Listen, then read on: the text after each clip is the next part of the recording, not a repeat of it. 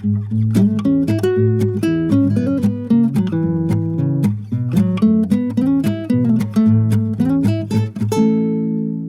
to the Backyard Road Trips. I'm Jim. I'm Zack. I'm Tim. He's back, by the way. He's back. He's been on a few times. One other time. Katahdin. And the phone call. Right. One. The phone call. And Katahdin, I think we did a couple episodes that day. There was Katahdin. Yeah. And there was other. Or hot peppers, right? Or you did some sort of a... Yeah. Yep. This is my return visit. Yeah. Well, Thanks for having me. Thanks, Tim. This is going to be great. So we're trying we're not trying anything. This is just a, what do I call? I kind of have a clever name. You did. Brews and Boos. I like it, just for Halloween. Yeah. It's going to be our Halloween episode. So we're going to try out some beers that I've been homebrewing. I got back into the homebrewing world. They're scary good, right? Yeah, they're scary something. They're going to scare you with how bad they taste. Maybe. We'll see. But I thought we had Zack, who's a published author, and that's kind of what he does besides for his day job. But right, we want to talk about that. Yeah, I mean, maybe that's its own kind of scary. Oh, there we go. Yeah, Monday morning coming up. But I thought that maybe we could talk about, how the three of us went on some spooky trips with Zack and maybe inspired some of his stories, or got to go research it with them and talk a little bit more. Perfect. What do we have first, Jim? Are we allowed to start drinking? Yeah, we can go for it. I think. Let me tell you what this is. Pepsi. This is a pumpkin spiced amber ale. Oh wow, a lot of pumpkin, not pumpkin, a lot of spice, like a little chili. Yeah, chili pepper, Tim. It does have. I smell the pepper on it. I mean, this is from pepper from the garden. Oh wow, this could possibly be my favorite beer. Wow, this is exactly what I wanted for brewing. That really lingers back there too. Yeah. It tastes good. That pumpkin beer we had? It was the Atomic Pumpkin. Yeah. It might have been 2 or 3 years ago. Yeah. It kind of, it's a different flavor profile, like the pumpkin versus the amber, but it reminds me of that chili at the end. Yeah, that's what I was kind of going for was I don't have the subtle palate that you do. Because I got to get hit over the head with the flavors. And so I wanted a pumpkin beer that was also really hot with chili pepper. And this isn't scorching or anything. No. But it's definitely a pepper beer. And right. It's exactly what I wanted. So reviews, tell me what you guys think. I think it's really good. I like it. Yeah. It's actually pretty spicy. Yeah. Here comes the belching. Yeah, right. The hiccups. Do you ever comment on the temperature of the beer? Yeah, go for it. Well, given that there's about a finger's width of pour in this red Dixie cup, I was certain it was going to be warm, but it's actually nice and cold. It is cold. Well, I did just take it out of the fridge. I like that. So, that's great. I like that. Yeah, it's a good. I think temperature is an under measured aspect of the quality of a beer. When you're in Europe, you might have it warm. Yeah. Or it's been sitting out in the sun, and that's actually. Have you ever tried that? Have you tried a taste test where maybe you have the same beer but tasted at variety of temperatures? Huh, that would be. We could try it. I know some beers, like you said, they're supposed to be drank at least room temperature. Right. Yeah. But not everyone. I'm I think feel like some are sitting out in the sun is almost certainly unbearable warm. Some of the American styles. Yeah. I mean, I think if you had some of maybe the Belgians would be, or a barley wine. This could probably, I feel like could do well warm. Because it's so right.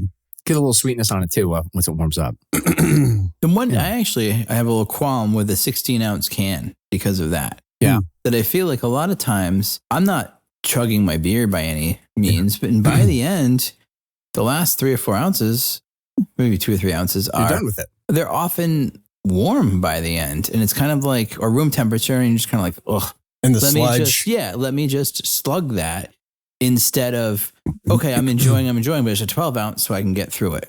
Don't you feel like some of those tall boys, like the 16 ounces, and they're their whatever, imperial, they're high. Give me the opposite. Give me an 8 ounce. Yes. Last week we were over at Mayflower. We had an Oktoberfest, and it was interesting because they had their Oktoberfest beer, which we've had before, only in cans, but they also had a new fall release that was literally just a double IPA, but it had the name Fall on it. So I was okay, I'll try it. It was flannel fall, I don't know, something. But it was an 8.2. What is kind of a lot. Not old school as in hoppy, but old school as in, sometimes when the ABV goes up, especially with IPAs, they get sweeter. It had one of those kind of tastes. And I only got an 8 ounce because I was it was a warm day, sitting in the sun. So it was just, I had the 8 ounce of that. And it was the perfect pour because I thought it was pretty heavy. It was during the day and I didn't need more than 8 ounces. Yeah. I like to split those cans. Oh, me too. Yeah. Get one of them round glasses. Big splitsy guy. Yeah. Actually, it was just funny to do it. One of my friends and I, usually once a week, he comes over and we have a couple beers and we do splitsies. We'll have like 4. So we'll end up having 2 beers each. And we always pour poorly. Like one of us will get more, one of us get less, the head on ones, whatever. So we were in Quebec a few weeks back, and poolside, they give you these plastic cups for anything. But the cool part about it is you're in the pool? They were near the pool. Go around the pool. You were at the pool last week? No, a few weeks ago. Yeah. No, I like October pools. But the cups had ounces. They had measuring on it. So I took 2. So now I took 2, and those are kind of our go-to cups because they have 8 ounces, good. 8 ounces. Oh, that's perfect. It's measured out for you. That is nice. Yeah. The little things in life. Well, I'm pleased with this beer. And also for it being a homebrew, like this tastes, this is not going to be the case with the other ones you guys are going to taste, but this tastes like a beer I would get somewhere. Yeah. You know? I don't feel like I don't think you could tell that this is a home brewed beer. So we'll have more. You guys want to have more of stuff. Success. Congratulations. Definitely. How much did you make, by the way, of like these batches? Only 1 gallon batches. That's the beauty of it. Okay. So it depends, but like between 7 and 9 beers come out of it. Oh, okay. So it's really good. How long have you been working on these? These ones I started in September, the beginning of September. Okay. Yeah, so they're pretty new. Did you tell me this was a first time you've done it? A little while? Yeah. How long has it been? Oh, I don't know. I sold it, all my old brewing stuff. 5 years? Oh, yeah, longer than that. For brakes? For brakes? No, it was just the camera for Katie's car brakes. Hi, Katie. No, I mean, I had the 5 gallon stuff, so that's 50 beers. And it's like, well, we don't need 50 beers. And I don't even drink at all. But did it come right back? The whatever it is, the skill. Well, no, not. Oh no, a lot has changed, I guess, since then. So like, it's really easy. So I guess you guys are looking for a hobby that's really cheap to get into and kind of fun. Yeah, do it. How's the supply in the area? I remember we used to. There was always Zack's. Is that still around? Zack's is apparently the only homebrew store that's open left in like. So it's fallen off. Yeah, I mean, I think the industry has kind of fallen down. There was one in Salem, right? That you used to go to, and you get your little powder packets, and Where's Zack's? Zack's. It's Tim Willimantic. It's okay. It was right next to the lily pad there. Okay. I'm blanking on the street name. The head shop. No, kind of close to the head shop. But well, so let's do some spooky talk too. Okay, so when was there ever a time that you guys ever like legitimately spooked by something? Like when we were either traveling or something since then? I've had a couple weird things. Okay.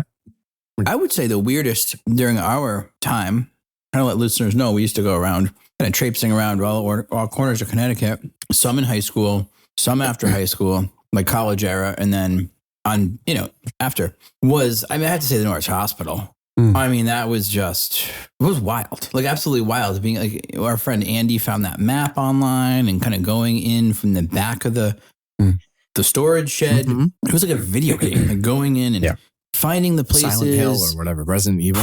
Wild. Like that was fast. And there was some parts that definitely I thought were pretty freaky, but there was always that fear of being somewhere that you shouldn't be. And is security. So it's more of that, I would say, than like, I'm not going to get arrested because I'm trusted. Yeah.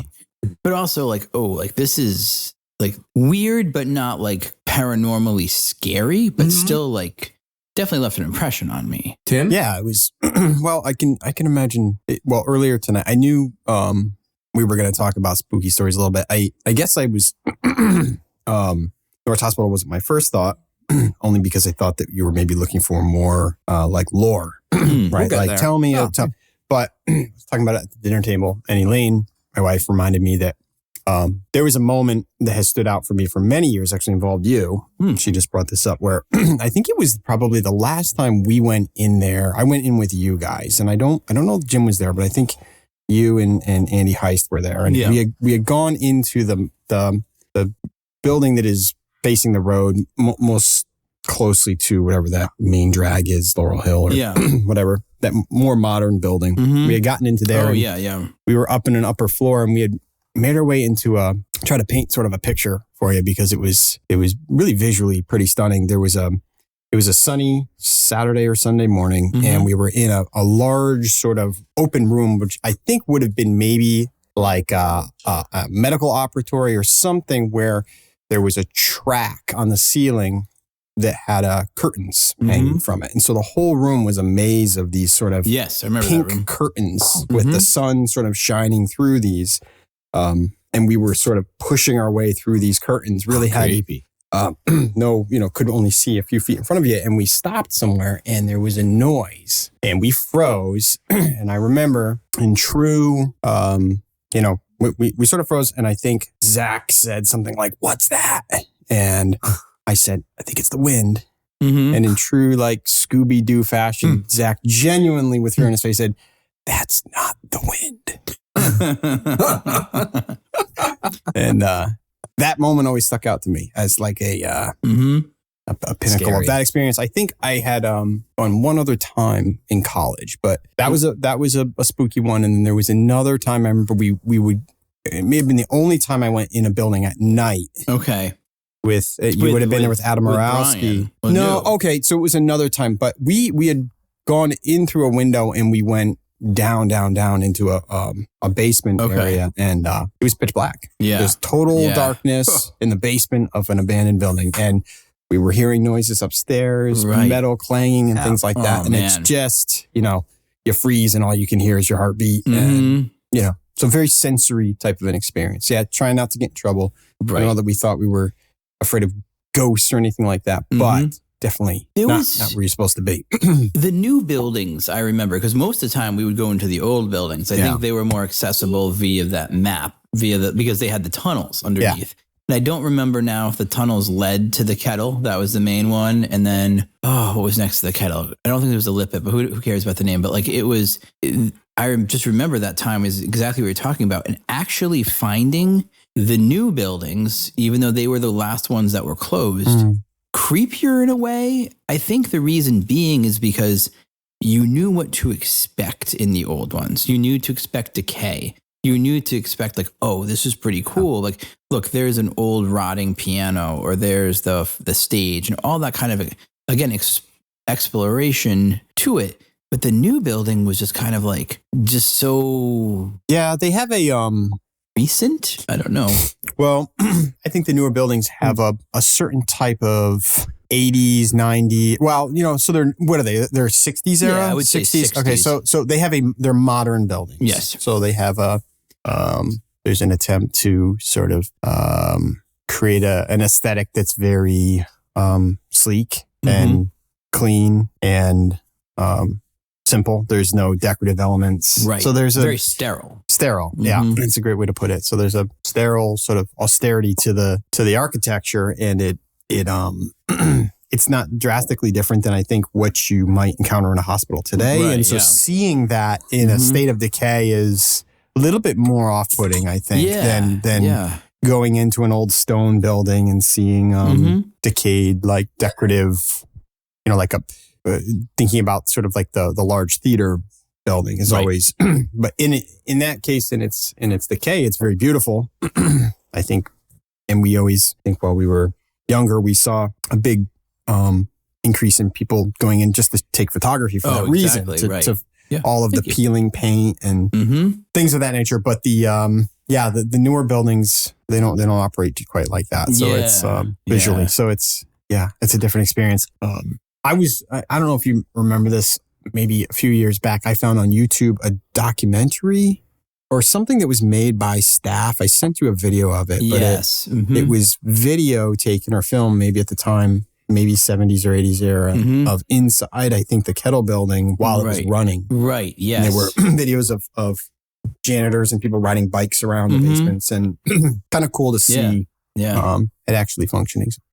Yeah, we're just a little too young, I think, to remember it open. So there was one room too. I remember we went one time. I think it was us three plus Andy was this group. We spent about 3 hours in there. And there was one room, I'll never forget that. You were getting really uncomfortable. And you actually had to go up and get air. Oh, the cold. I think cold. It was an incident, you could actually see your breath. In the middle of summer.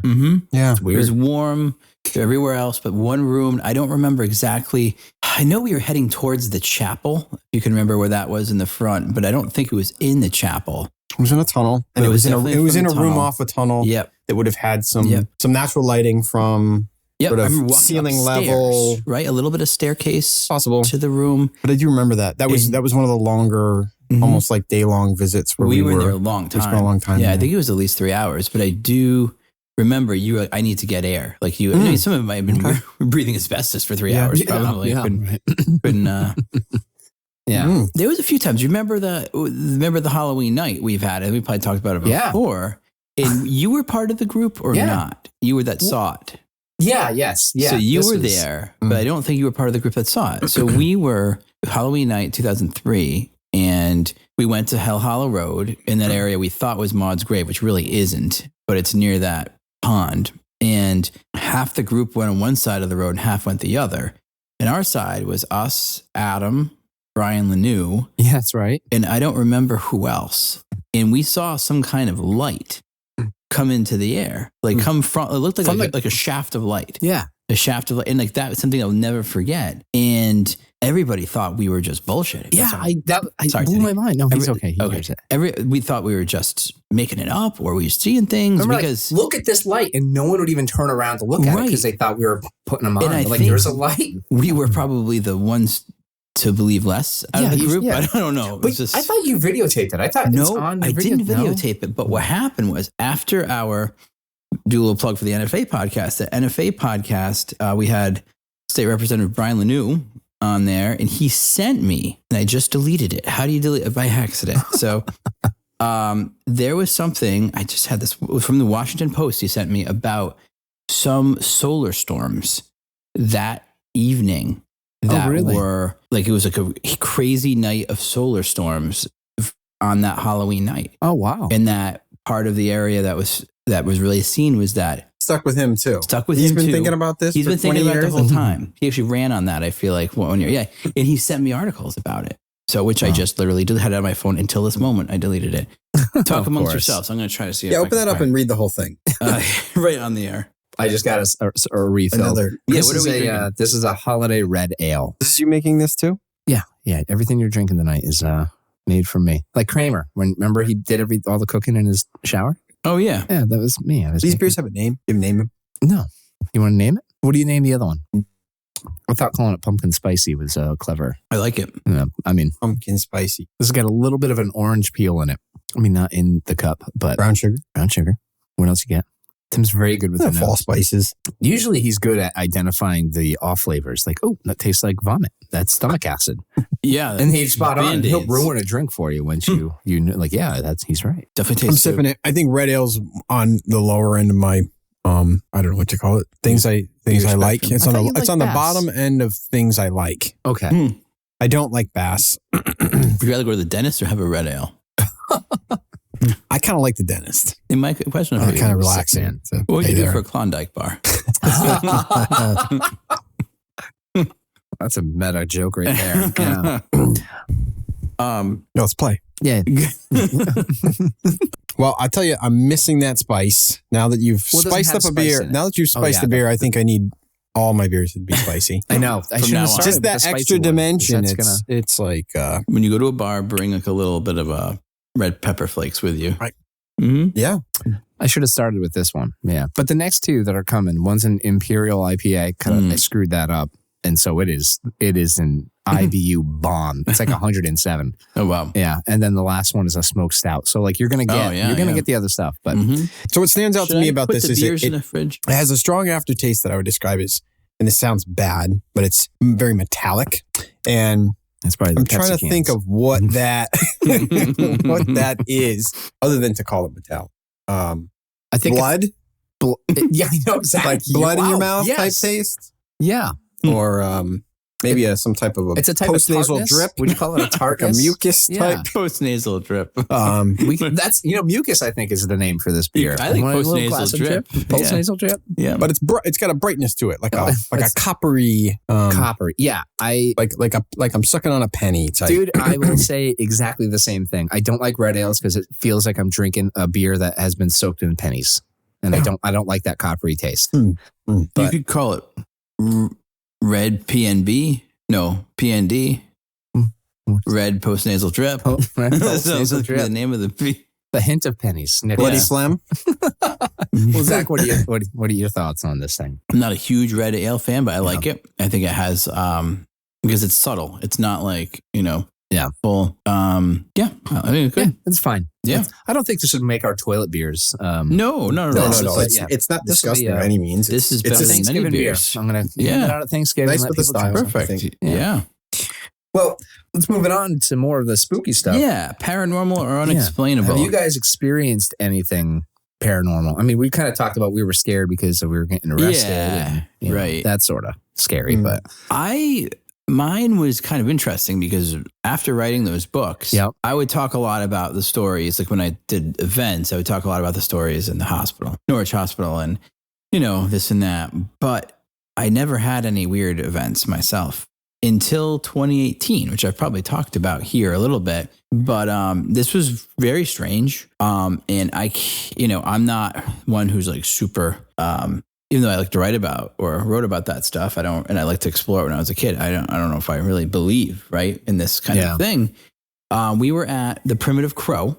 Yes. We've done a podcast here before, Adam's mother's store. And there was a paranormal group in there that was part of TAPS, that Ghost Hunters affiliated group. So anyways, we were there, and this was the first time that I was on a ghost hunt with them. And it was a whole thing where they split the group up and this and that. And I'm part of the event. Like I'm selling books. I'm there ahead of time. There's nobody upstairs making noises. You know what I mean? So they're not hearing a darn thing. Like either group was very, there's a basement, there's different parts of the building. Group split up, nothing. You're doing it for like an hour and a half, 2 hours. It's a long time that you're. And the leader's like, if you're this, or please knock, or please make your presence felt and make this ball light up. Nothing. Anyway, right in the last thing, over by the attic door, and you just heard on the door. We're like, okay. Like I'm like, okay, that's weird. That's just weird. It wasn't scary, but it was kind of like, that's weird. And then the guy Cody who was talking, he's like, thank you, like, well, like this kind of thing, like talking to whatever is there. And he literally did. And back came just like that. Why so slow? I don't know, because extra spooky ghosts, and so that was they're old. They're old. They're dead. They're dead. It's a lot of strength. They're dead. A ghost. Right. That's pretty creepy. But then that's not the creepiest thing. So then I went to the next event 2 months later. Same group was there, and we did it. This time Jackie was with me too. And we went to the attic. So the whole group got together, went to the attic and talk about it. It was this time of year, but talk about a weird thing about temperature. In one part of the attic, like we were all standing in one part, it was cold. You could feel it. This is at your house? No, this is at their store. At the same place. The same store. The Primitive Crow. Haunted antique shop. Yeah. Haunted antique shop. And now it's more of like a tarot cards, mystical shop, I guess. A hotbed for demonic kind activity. Of gone that way. Be. Yeah. Great. So it was cold on one side, not cold on the other side. But we kept hearing wooden sole shoes walking across the floor. Wow. Like literally the sound of that. And then the thing that was kind of the weirdest part was there was a ball. Like he has this ball. It's literally a cat toy, but it's almost like a soccer ball where it has like it's not round. It kind of has like the curve, like the flat parts on it. We saw this ball start to light up by itself. Then we saw the ball move. Like literally go. That's pretty weird. And that's it. Yeah. And it actually got on this TV show, which is called Ghost Nation. And they did a whole thing about investigation about her property with that. But they showed the footage of that ball moving. So, and I have actually my own videotape of that. So, but that was the weirdest thing that I've ever witnessed. Yeah. It's too bad Adam's not on because I remember Maddox and all that. I mean, he's got some crazy stories, but right. Tim? Oh no, I don't have any stories like that. Really? No? I don't think so. Yeah, I'm sorry. It's not a. What is that? He's holding a picture of a grave. I don't know. There's like a thing. Oh gosh, that shadow. What am I? It's part of a shadow, but the weird part is It's not there. It's a shadow from the camera flash. I don't know. Well, am I open to the possibilities that these things exist? And absolutely, yeah. I mean, I think that I don't know. I think my question for you maybe is what is your sort of takeaway? Like, is this something that keeps you up at night? Is no, this, you know, it wasn't at all. And it wasn't scary. That's the thing. So you can coexist the idea that there's a spirit moving a ball around in the room. You and I don't even coexist with day-to-day life, and it's I would still, if you asked me now, I'd say I don't believe in that. Okay. But I can say that I actually heard and saw that. Yeah. Whatever it is. You know what I mean? Would this be just shadow or? I mean, that looks. You got to put. That should be that should be the picture for this episode. Yeah, that's a good idea. Because that's. I mean, that does. Yeah, that's a shadow with what? There's a sign. Yeah, but the other part of stuff. This is probably not good podcasting because you really got to see this picture. Right, but we'll post this. Picture, it's looks like a black angel crouching down with eyes. Well, if you look up, Tim doesn't see that. Okay. No, I see exactly what it is. There's a post. Yeah, I see that with a sign. Yeah, but what's what is no? So here's the post with the sign, and there's some sort of light bouncing and casting the shadow this way, and the shape of the shadow is determined by the different forms on the grave. So it's sort of stretching. Yeah, there's the but do you see how the shadow just gets cut behind with the grass? Point to the part that you're disturbed by. Yeah, it's like the shadow like the shadow's just like, oh, here's some grass. It's going to be behind the grass, but in front of other grass. Mm-hmm. I don't know. Yeah, I guess it's an odd shadow. I guess you gotta. It's not an obvious. Because it looks like there's like little arms here. If you can see it looks like that's the shadow up here. Oh, you're interested in this part here. The little man. The little creature. Oh, it looks like a small fox of some. Yeah, like a puckwudgie. A puckwudgie. Tim, come on, you dummy. It looks. It has a nose. It's got nose. It's got eyes. It's got a whole thing. And it's got grass in front of it, and behind it. And but the weird part is, again, it's not there when you don't. Well, is it? So try. Let's send it off for analysis.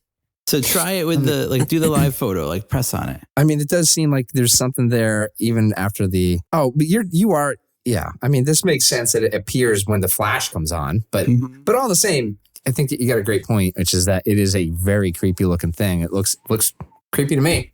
So is it just a shadow, we think? I'm going to say it's more likely than not a shadow. Right, yeah. Even though I don't understand shadows as good as Tim does. Do you need me to explain it to you again? Yeah. So why is some part of the shadow literally in front of blades of grass, but not? It should just be all the, Well, okay. Wait, there's your cover. Yeah. Then maybe this is going to turn into the next, what is it? The blue and gold dress or whatever. It's the blue lady? The blue. The meme. Well, there's something called the puckwudgie, which is supposed to be around this area. Post this picture and have anyone react to whether or not anything odd is going on here. Because at first glance, it doesn't scream spooky, other than the fact that it's a grave, but yeah.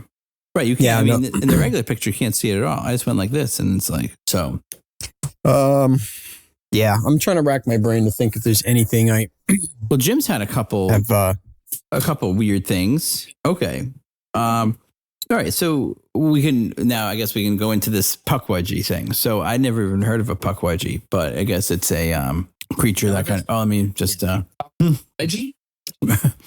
So a little creature. That's when I was on this ghost tour last year around this time, and I didn't see anything of it, but they're like, oh, press the thing, make the photo live, and there's something weird on there. So that was it. So I was kind of like, and that looked like the. So wait, you learned about the puckwudgie before or after? After. Okay, so when you saw a picture of this creature, this illustration that you maybe showed me, yes.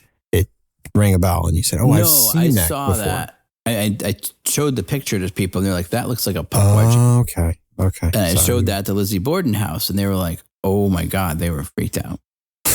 Whoa. Freaked out by that thing. Do you have to hold it a little close to the vest that you have these books about kind of the paranormal and the folklore you don't believe in?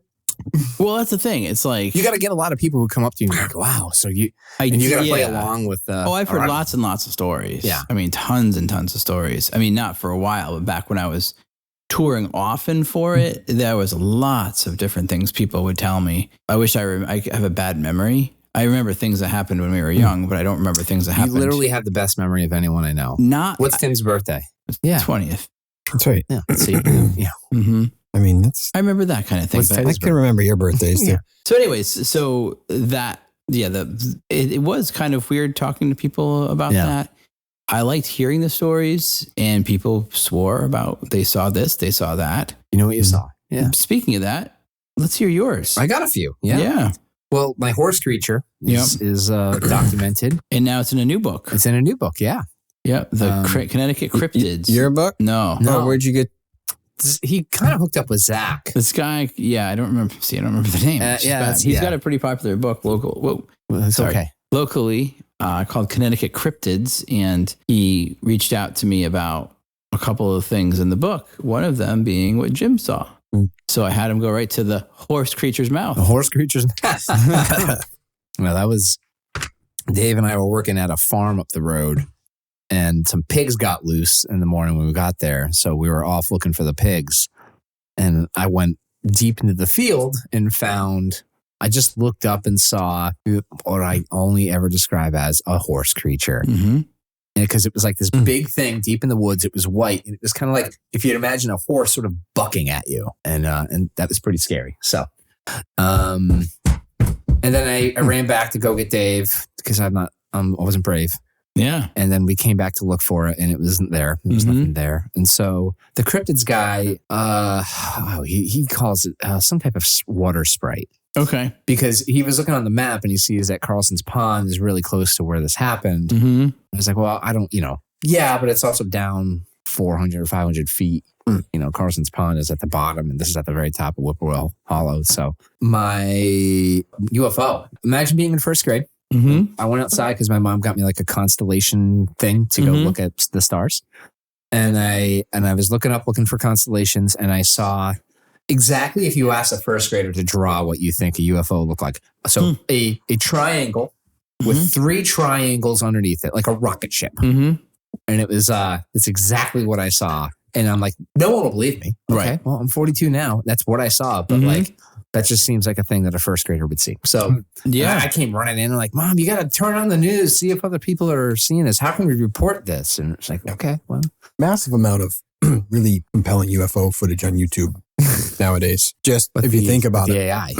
Well, that maybe we've help. reached the peak. But I think if you go back a few years, there's a lot of stuff on there that if, given an era where everyone has phones. I worked with a guy years ago that supposedly had a UFO encounter, and it completely changed his life, and he was just like a different person.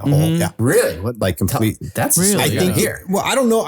It's not my story. I know that he saw, I think, up close behind a tree line, a large aircraft just rise right up off the ground into the sky. Wow. And he was a otherwise, I think, pretty normal person. And just stuck by it. And did you have to fire him? He was my boss in this situation. But this is Greg? Yeah. No. This is years ago. Oh. Yeah.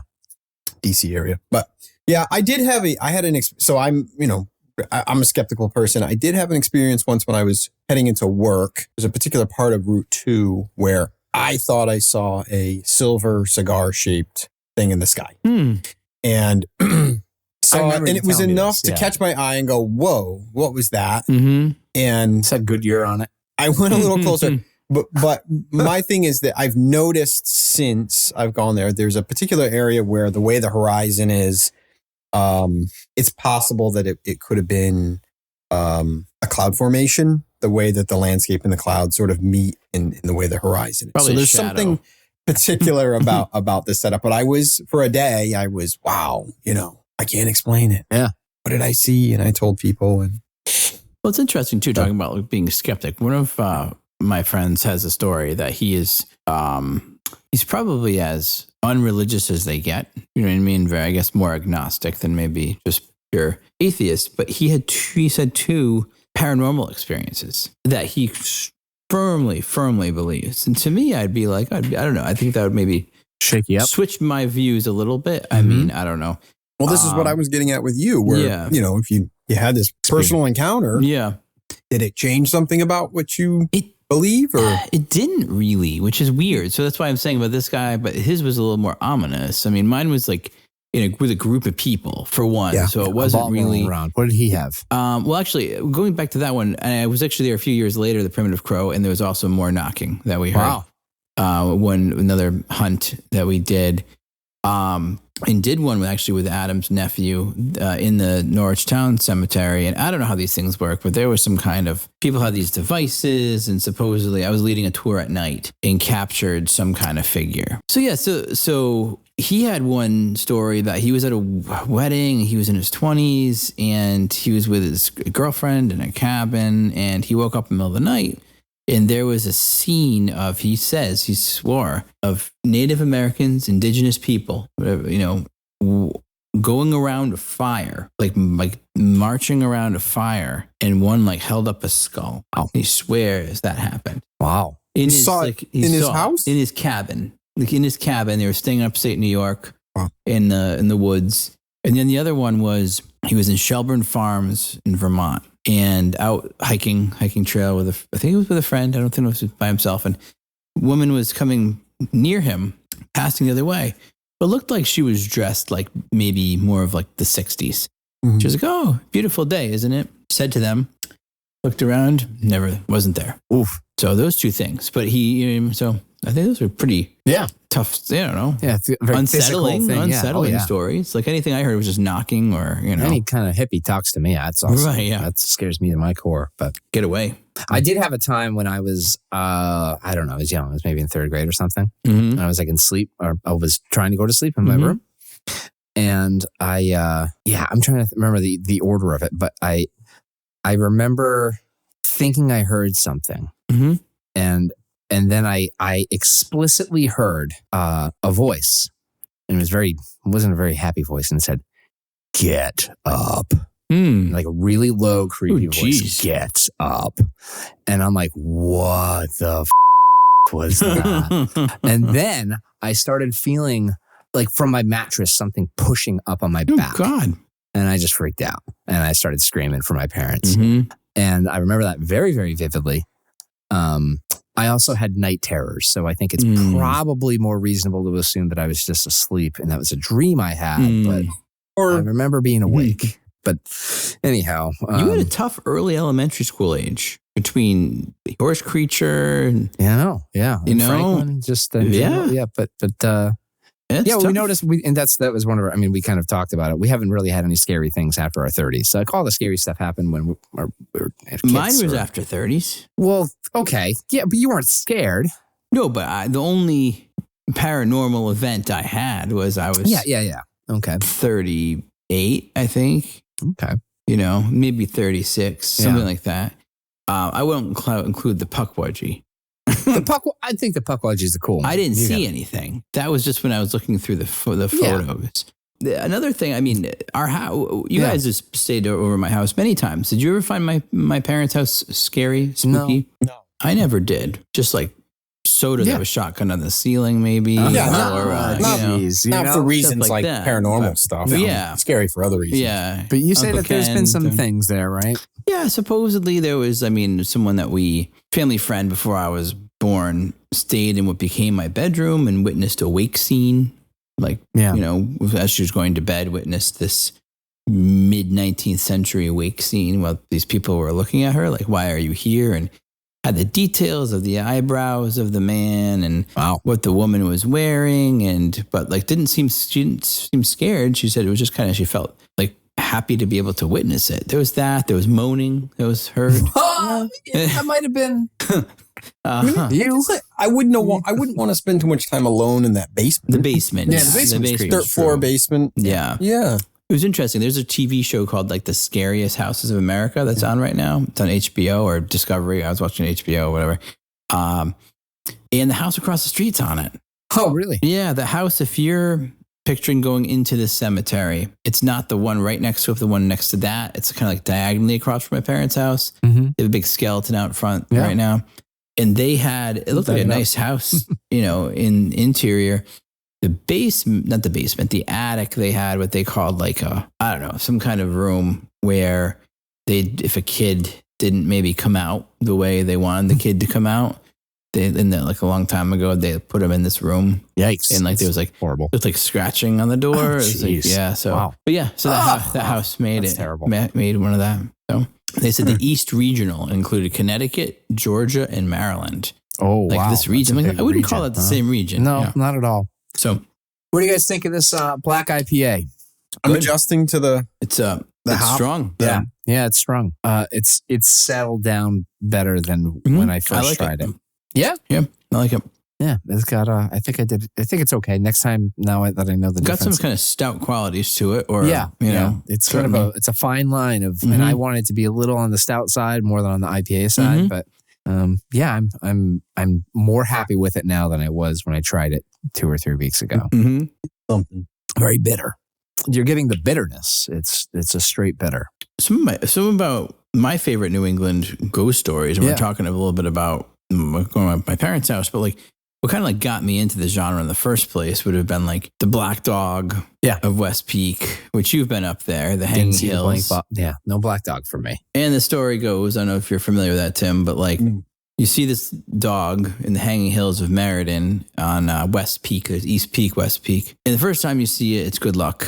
Second time you see it, tragedy. Third time you see it, death. And I read these stories as a kid and it was like, oh my God, I believe them. You know what I mean? I believe them. So I was super intrigued by that. Like, this, so that's a variation of like the Hellhound from England. Yeah. The Green Lady, which wasn't really scary, but suppose they made her kind of sound scary. And she had a green glow about her, and you drive by the house and there's a picture of her in the window and green orb. And then there was the White Lady, which we've been to see before. And that was out in the Fairfield area in Easton. And she was supposed to be, last name was Wheeler too, I believe. Lucidna? Yeah, the name was one of the, And then, so she was supposed to just waltz around there. But I think I had the book Legendary Connecticut as a kid. And that was kind of the one that struck me with especially the Black Dog and the Green Lady were kind of the two. Those are your scary ones? It was always the other side of the state too. I always felt like, Maud's Grave was something we heard growing up. But that wasn't really in any of those collections. It was just You'd think the weird stuff would be happening in like the quiet corner where it's just all forest. Yep. Yep, absolutely. Tim, what do you got? Scariest New England, Connecticut stories? I don't know that I have it. I guess I'm thinking about while you guys are talking, I'm trying to drum up some thoughts here. I'm thinking about sort of formative, spooky content, for lack of a better term. I remember there was always a book you could get through the Scholastic. Scary stories. Scary stories. Yeah, sure. I remember the cover used to scare me. That sort of head, that profile. Skull. I remember growing up, my sister used to read all the variants of, for the kids. It was I believe Goosebumps, but there were much darker series for older kids called like Fear Street, and they're really terrifying. I don't think it was particularly healthy thing for a young teenage girl to be reading horrible stories of kidnapping and Katie's raising her hand saying she had a lot of those. Yeah. I think I bet you would not be surprised to hear that there's a whole generation of women between the age of 30 and 50 love that murder podcasts. Is that also? Yeah, she's got. I think we've unlocked the connection. Yeah. I remember I brought home really young a book on tape from the library that was a series of stories, and I remember there was one about a woman whose head was held on with a ribbon. Oh, yeah. My kids got that, actually, from the doctor's office. Something about a guy with really long teeth. Yes. And the illustrations, and so just thinking about when do you start to kind of form. My kids got that from the doctor with their physical when they were 6. The spooky the story. It was like an excerpt one, and it had the head. It's like he would pull the ribbon. He pulls the ribbon off at the end, but she's very, it's like his wife. And she's very pale. Yeah, it's like if you never, it's very kind of like Victorian or Gothic. Yeah. And then the guy with, my teeth are bigger and my teeth are bigger and my Danny loved it. He wanted them. And then he got scared of it after like a year or two. Yeah. But the doctor, they always give him books and they gave him that one. I'm like, oh my God. I mean, I can recall, I saw the twins scene from The Shining pretty young. Yeah. And that was that's all I needed to see. And, my sister would say, the twins are down at the end of the driveway. And it would send a shiver up my spine. That's all it took. Just those little moments where you kind of think about how it all Pet got Cemetery. put together. Yeah. Never seen it. Never saw it. I still haven't seen it. Zelda. She was dying in the upstairs with what? Spinal meningitis. Oh, yeah. And she's just like making this just a really creepy depiction of a... Yeah. And the makeup and all that. Oh, yeah. Yeah, it was really creepy. That one was freaky. What about, do you guys watch horror movies? Scary movies? Not at all. Because we avoid it. They're good. They're scary. I'll be honest, we avoid it. Yeah. Me too. Yeah. What's the scariest movies you guys have seen? The last horror movie that I actually went out to see was many years ago with Andy Heiss. We went and saw The Hills Have Eyes. Yeah. That's the last like gore horror movie I've seen. And I know the genre has just grown. I know a lot of people. Is that like a Chainsaw Massacre scary or gory? It's pulling people apart in a barn in the middle of Australia. Just, you know, but some of this newer stuff, I know, for instance, we have some friends that as a family event, they recently all got together and watched Weapons. Have you heard of Weapons? It's a hit new modern horror movie, supposed to be very good. Like not only is it a scary movie, but the quality and the storytelling is awesome. But I don't know. I don't think it's the subject matter is violent and scary. Yeah. Has to do with kids. Yeah. And it's just the type of thing where I don't know, either you're into it and you're not. The Blair Witch Project got me. And because we saw that and then we went to Maine. Okay. Together. You see the movie theater? Just, Blair Witch. I saw Blair Witch in the movie theater. I did. It was the sound, right? The sound was a big deal. Yeah, it was different. It was the first of that kind, I guess. Yeah. I saw it in the Jewett City cinema. It didn't have the surround sound. Oh. So it the one that I managed and I didn't drive my car. Not the drive-through movie theater. Yeah, I'm done with that one. That was good. Thank you. Yeah. Yeah, that was, I didn't do it for me because I couldn't hear anything. I would say Pet Sematary and The Shining are probably my two top scary movies. Maybe Night of the Living Dead. That's always a classic. Yeah. This is pretty awful. Yeah. Oh, I actually have another story.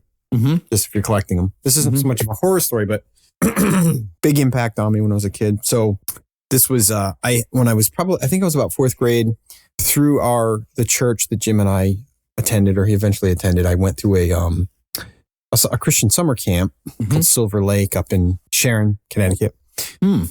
Pretty, I mean, I don't really have anything to compare it to, but a pretty traditional summer camp experience. And our cabin counselor, whatever the person in charge of the group of us, told us a story that, you know, this camp was on a lake and that we needed to stay away from the lake in the evening hours and in the early morning because there was an old Vietnam veteran that had gone crazy, and he lived in the wooded hills on the other side of the lake in a tunnel system, and he survived off of hunting swans and geese in the lake in the morning. And if we wanted to, we could hear carefully. If we listened carefully, we could hear him shooting shotgun shells towards the beach in the morning. And his name was Old Man Gage. And, you know, there was a lot of effort to sort of back it up. I remember at one point we went down there and he showed us that the little beach cabana where they kept the life jackets was double walled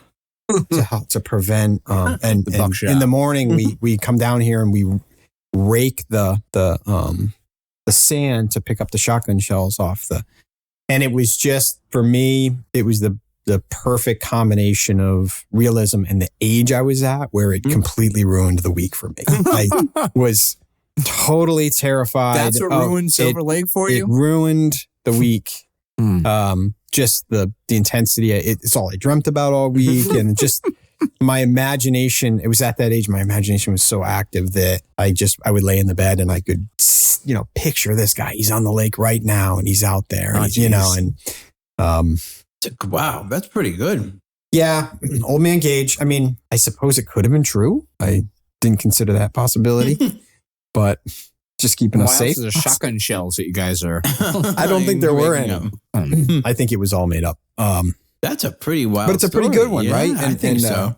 Yeah, and definitely reasonable. It's not like it's a ghost. It's not like it's like somebody that's. Yeah, I remember just really thinking a lot about this guy, and his derangement really scared me. the idea that he would want to be alone in the woods. And what kind of person would that be? And he had dug tunnels and he lived in a tunnel. And yeah, it's a lot. And you're at the age too where you're not going to tell anybody. Like you're alone with your, if you're a little younger, if you're maybe fourth grade, you're not a little kid. No. I certainly wasn't gonna. No, I mean, I'm already. You ask some. Danny's in fourth grade, and you ask him what did you do at school? Nothing. Like he's already saying nothing. Yeah. Tommy at first grade. Well, Tommy is a talker. He'll tell you everything. But I think if Danny had some trouble like about thoughts, he's not going to come and tell us. You know what I mean? Right now, where Tommy might at first grade. Even though as adults we're like, why wouldn't you say that to us? But it's different. They're growing up. Completely understand what you're saying.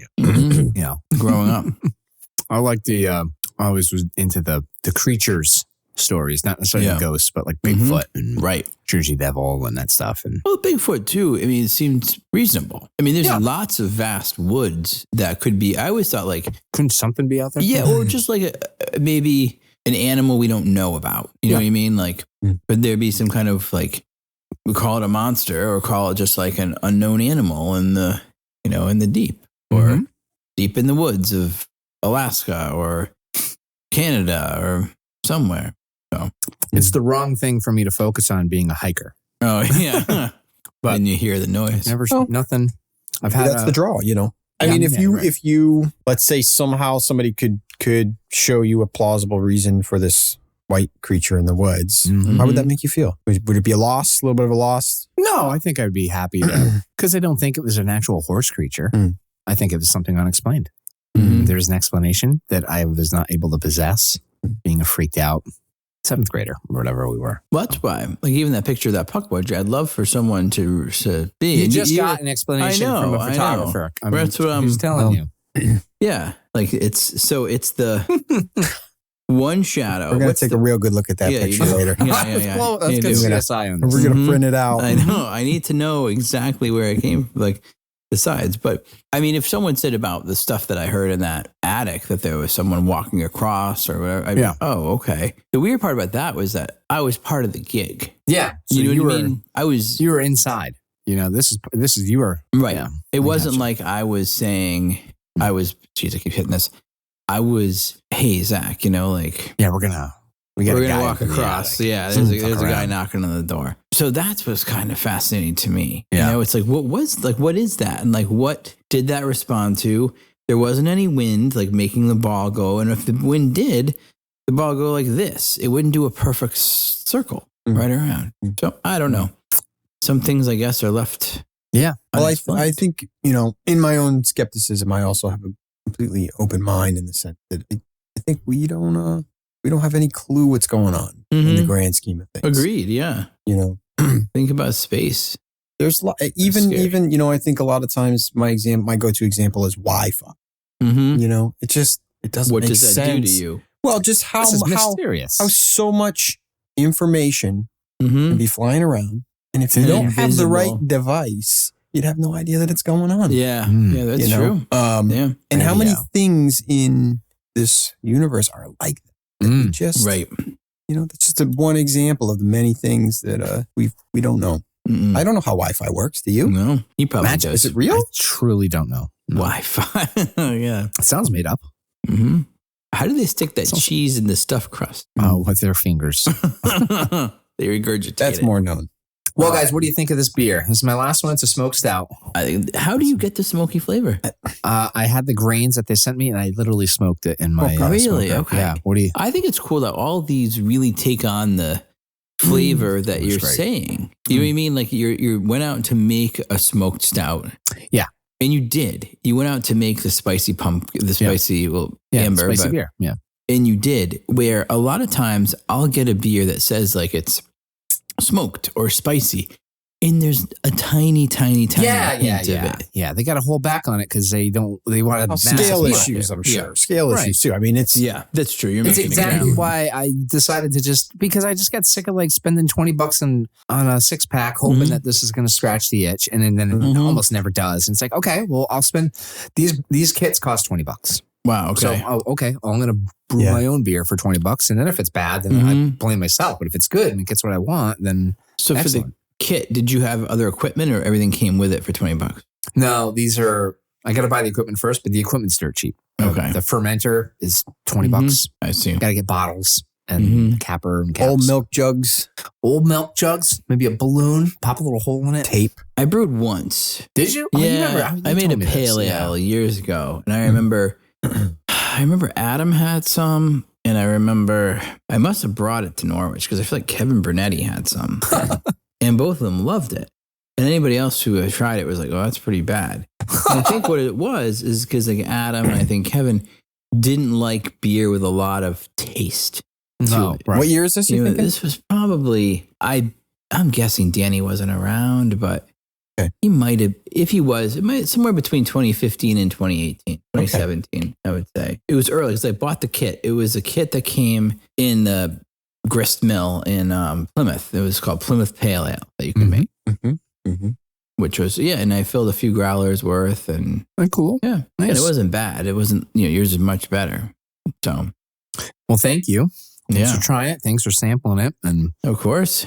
I think that also kind of brings us to an end to this episode, which is pretty good.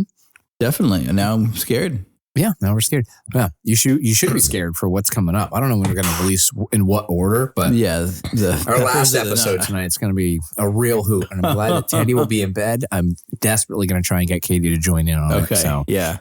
For Backyard Road Trips, I am Zach. I'm Jim. And I'm Tim. You can find us on backyardroadtrips.com.